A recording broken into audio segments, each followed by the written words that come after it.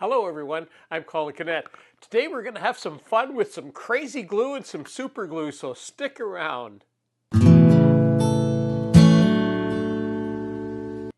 So what I have here today are glues. They're called cyanocrylate glues. We call them CA glues, and they go by names of super glue and crazy glue.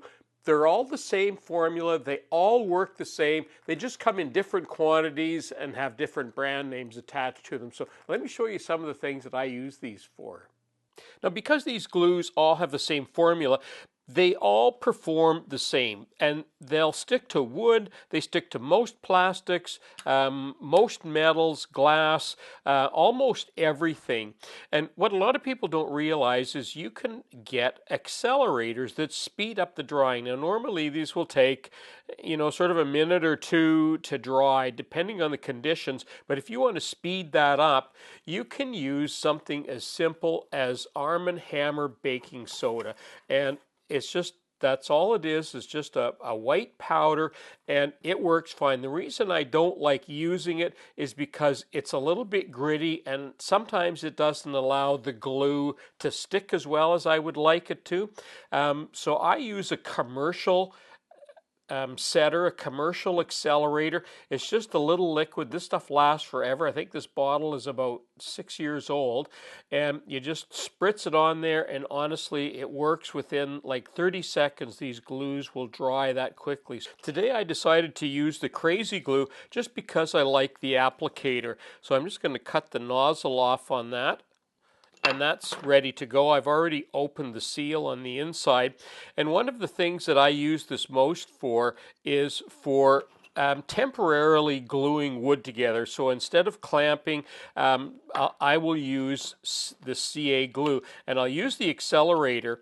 And what I'll do is just put just a little daub of glue on something. Now you need to make sure when you're using the accelerator that you don't accelerate that glue, because it'll dry it right away on there. So I'm moving that out of the way. I'm going to put a little bit of accelerator on my wood here, and now when I put these together and hold them for about 30 seconds, that glue is just going to dry super hard, and that wood, and when I lift that now, you'll be able to see that that wood, there it is there. It's already locked there, and I can put a lot of pressure on that. In fact, I can put an awful lot of pressure on that.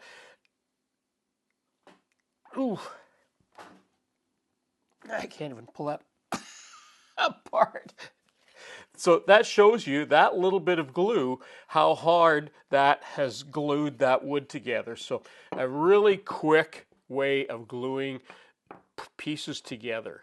Sometimes I'm making jigs and I need to put wood together that needs to be able to move, and rather than putting special bolts in that, and sometimes I don't have them, what I'll do in some cases, especially if I only need to finger tight with like a wing nut, instead of going to all the work of putting an elongated head in there, I will actually use just an ordinary hexagon head screw or bolt, and you can see that I've already prepared the hole, and all I do with that is put a little bit of glue around the bottom,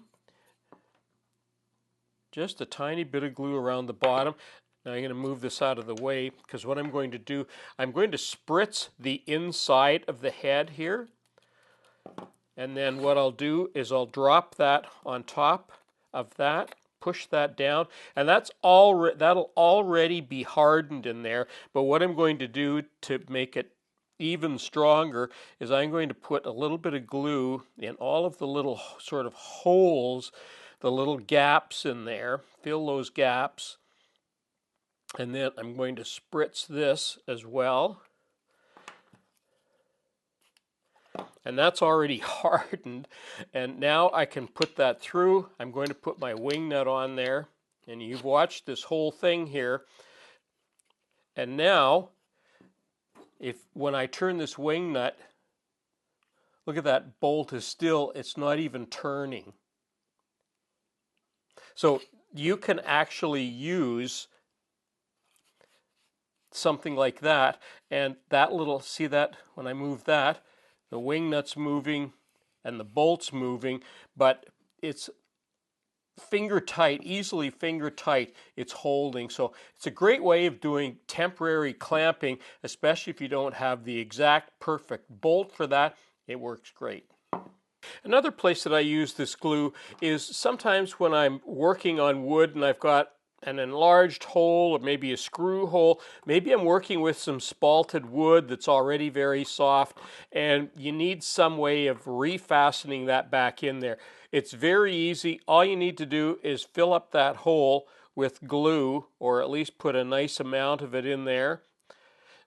Put your screw in over top of it, and when you spritz it, you need to wait about 30 seconds or so for it to catch. And I'm just going to let that sit for a second. And when I try that to move that screw, that's just going to be absolutely solid in there. You actually need a screwdriver to take it out of there, and you can see how solid that is already. And I can't even undo that. I'll need a wrench or screwdriver or pneumatic thing to get that out of there. Just a great way of doing fixing. Now the other thing that this accelerator that I spray on here, I've always found that it just dissipates. You can see a little bit of discoloration. If we look at that later on, that discoloration will go away. Not long ago, I was trying to put a hinge on. In fact, it was vertical, so it wasn't holding. And I had double-sided tape on. I've showed you that trick where you put double-sided tape on and that holds it down. But in this case, the double-sided tape wasn't holding to the wood and it was still moving around. So what I did was put just a little bit of glue on the wood. Then I took and spritzed the back of my hinge, and check this out. And I just have to hold that for 30 seconds because it takes about that long for the accelerator to work. And that should be it right about there. And that's locked on there. Watch this, I can't even move that. Now I will be able to, if I stick a screwdriver or something, if I pry hard enough. I don't want to warp this hinge, but you can get that off of there. But look at that. That's just how hard that's on there with that little bit of glue.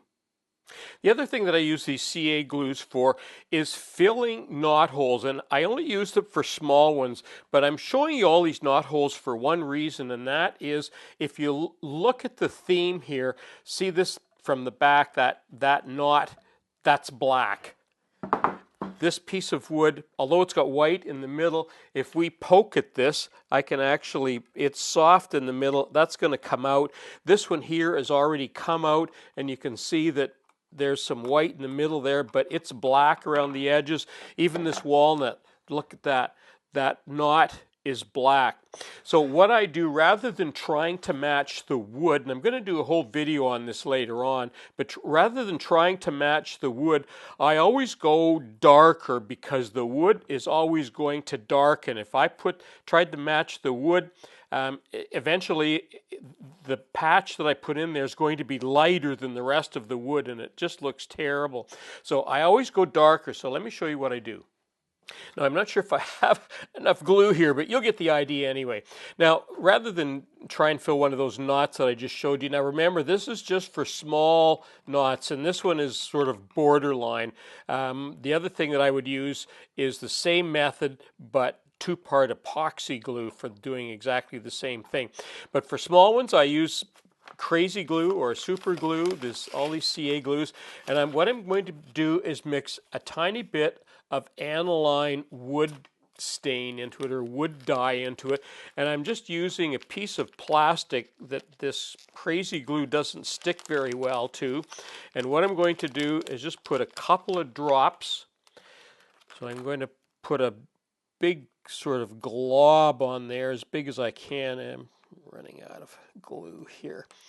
And now I'm going to take and put just a few grains, and I'm just using a screwdriver here just to get a few grains of black on there. And now, I don't really have a good mixer, I'm going to use that. I'm just going to mix that around there with my screwdriver. And you can see it doesn't mix the best, but it doesn't matter because once you put it in there, You'll be surprised how well it disguises everything in there. It just makes, now I didn't really have enough, and you know you can do layers of it. So there's that knot hole being filled up, and it's being filled with black, but I'm not quite finished yet, because what I do, I'm just going to wipe this off here so it doesn't stick. The other thing that I do is I take a razor blade and scrape that, and you can see that you can take most of that glue off and you get an excellent layer of glue in there, and disguise that knot hole with black super glue that's been colored. Well, that concludes my video for today on some tips and tricks with using CA glue in the workshop. If you haven't already subscribed, I invite you to do that because I got lots more videos coming. I'm Colin Canet for Woodwork Web. Thanks for watching.